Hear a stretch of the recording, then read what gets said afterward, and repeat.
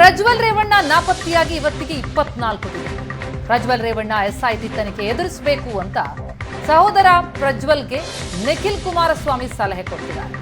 ಉಪ್ಪು ತಿಂದವರು ನೀರು ಕುಡಿಲೇಬೇಕು, ಪ್ರಜ್ವಲ್ ವಿಚಾರಣೆಗೆ ಹಾಜರಾಗಲಿ ಎಂದರು ನಿಖಿಲ್.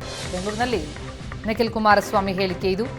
ಪ್ರಜ್ವಲ್ ತನಿಖೆಯನ್ನು ಎದುರಿಸಬೇಕು ಅಂತ ಸಲಹೆ ಕೊಡ್ತಾ ಇದ್ದಾರೆ ಸಹೋದರ ನಿಖಿಲ್ ಕುಮಾರಸ್ವಾಮಿ. 24 ದಿನ ಆಯಿತು ಪ್ರಜ್ವಲ್ ನಾಪತ್ತೆಯಾಗಿ. ಎಸ್ಐಟಿ ಹುಡುಕಾಟ ನಡೆಸ್ತಲೇ ಇದೆ.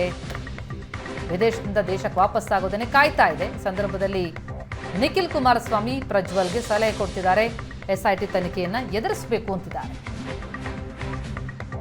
ಖಂಡಿತವಾಗ್ಲೂ ಇವತ್ತು ಮಾನ್ಯ ಕುಮಾರಣ್ಣ ಅವರು ಮೊದಲನೇ ದಿನವೇ ಹೇಳಿದ್ರು, ಉಪ್ಪು ತಿಂದವರು ನೀರು ಕುಡಿಯಲೇಬೇಕು ಅಂತಕ್ಕಂಥದ್ದನ್ನು ಭಾಳ ಸ್ಪಷ್ಟವಾಗಿ ಮೊದಲನೇ ದಿನವೇ ಹೇಳಿದ್ದಾರೆ. ಅದೇನು 10 ದಿನ ಬಿಟ್ಕೊಂಡು ಹೇಳಿರ್ತಕ್ಕಂಥದ್ದಲ್ಲ. ನಾನು ಹೇಳ್ತಕ್ಕಂಥದ್ದು ಇವತ್ತು ಆರೋಪ ಅಂತ ಬಂದ ನಂತರ ಆರೋಪಿ ಆಗಿರ್ತಕ್ಕಂಥ ಹಿನ್ನೆಲೆಯಲ್ಲಿ ಬಂದು SITನ ಫೇಸ್ ಮಾಡ್ತಕ್ಕಂಥದ್ದು ಸೂಕ್ತ ನನ್ನ ಅಭಿಪ್ರಾಯದಲ್ಲಿ. ಬಟ್ ನನಗೆ ವೈಯಕ್ತಿಕ ಸಂಪರ್ಕ ಇಲ್ಲಣ್ಣ, ಅದಂತೂ. ಇನ್ನು ಶಿವರಾಮೇಗೌಡರ ವಿರುದ್ಧ ನಿಖಿಲ್ ಕುಮಾರಸ್ವಾಮಿ ವಾಗ್ದಾಳಿ ನಡೆಸಿದ್ದಾರೆ. ಶಿವರಾಮೇಗೌಡರು ಲಘುವಾಗಿ ಮಾತನಾಡಬಾರದು. ಶಿವರಾಮೇಗೌಡರ ಆಡಿಯೋ ನಾನು ಕೇಳಿದೆ. ದೇವೇಗೌಡರ ಬಗ್ಗೆ ಲಘುವಾಗಿ ಮಾತನಾಡಿದ್ದಾರೆ. ಒಬ್ಬರ ಸಾವು ಬಯಸೋದು ಅವರ ಸಂಸ್ಕೃತಿ ತೋರುತ್ತೆ. ಮಗನ ಭವಿಷ್ಯಕ್ಕಾಗಿ ಹೀಗೆ ಮಾಡಿದ್ದಾರೆ ಎಂದಿದ್ದಾರೆ. ನನ್ನ ಬಗ್ಗೆ ನಮ್ಮ ತಂದೆ ಎಂದೂ ಹೀಗೆ ಯೋಚನೆ ಮಾಡಿಲ್ಲ. ನಮ್ಮ ತಂದೆ ರಾಜ್ಯದ ಜನರ ಬಗ್ಗೆ ಯೋಚನೆ ಮಾಡ್ತಾರೆ. ಅಡ್ಜಸ್ಟ್ಮೆಂಟ್ ಮಾಡಿಕೊಂಡು ಇವತ್ತು ಒಳ್ಳೆ ಸ್ಥಾನದಲ್ಲಿದ್ದಾರೆ ಅಂತ ಶಿವರಾಮೇಗೌಡರ ವಿರುದ್ಧ ವಾಗ್ದಾಳಿ ಮಾಡಿದ್ದಾರೆ ನಿಖಿಲ್ ಕುಮಾರಸ್ವಾಮಿ. ಈ ರಾಜ್ಯದ ಜನತೆ ಶಿವರಾಮೇಗೌಡರು ಮಾತನಾಡಿರ್ತಕ್ಕಂಥ ಆಡಿಯೋ ಏನು ಬಿಡುಗಡೆ ಆಗಿದೆ, ಬಹುಶಃ ನಾನು ಕೂಡ ಅದನ್ನು ನೋಡಿದೆ, ಸಂಪೂರ್ಣವಾಗಿ ನೋಡಿದೆ. ಯಾವ ರೀತಿ ಅವರು ಈ ದೇಶದ ಮಾಜಿ ಪ್ರಧಾನಮಂತ್ರಿಗಳು ಒಬ್ಬ ಕನ್ನಡಿಗ ಕೆಂಪುಕೋಟೆ ಮೇಲೆ ಬಾವುಟವನ್ನು ಆರಿಸಿರ್ತಕ್ಕಂಥ ಒಬ್ಬ ಹಿರಿಯ ಮುತ್ಸದ್ದಿ ರಾಜಕಾರಣಿ ಬಗ್ಗೆ ಈ ರೀತಿ ಅತ್ಯಂತ ಲಘುವಾಗಿ ಮಾತನಾಡಿರ್ತಕ್ಕಂಥದ್ದು ಅವರ ಸಂಸ್ಕೃತಿ, ಅವರ ಮನಸ್ಥಿತಿ ಏನಿದೆ ಅಂತಕ್ಕಂಥದ್ದನ್ನ ಅರ್ಥ ಮಾಡ್ಕೊಳ್ಬಹುದು.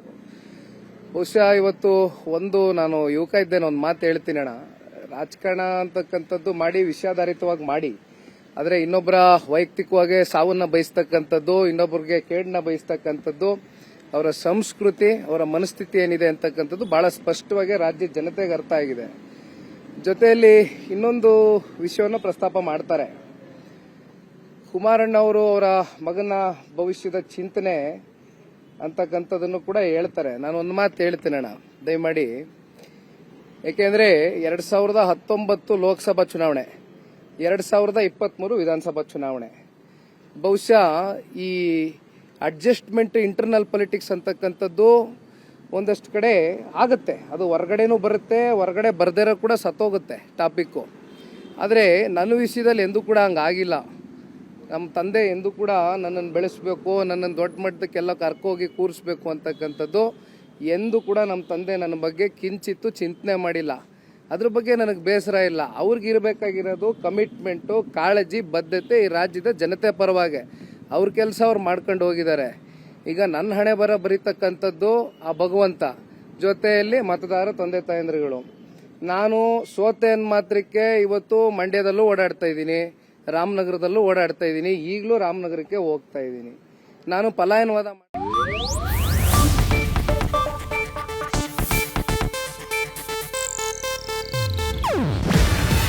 ಇದು ಏಷ್ಯಾನೆಟ್ ನ್ಯೂಸ್ ನೆಟ್ವರ್ಕ್ ಪ್ರಸ್ತುತಿ. ನೀವು ನೋಡ್ತಿದ್ದೀರಾ ಏಷ್ಯಾನೆಟ್ ಸುವರ್ಣ ನ್ಯೂಸ್.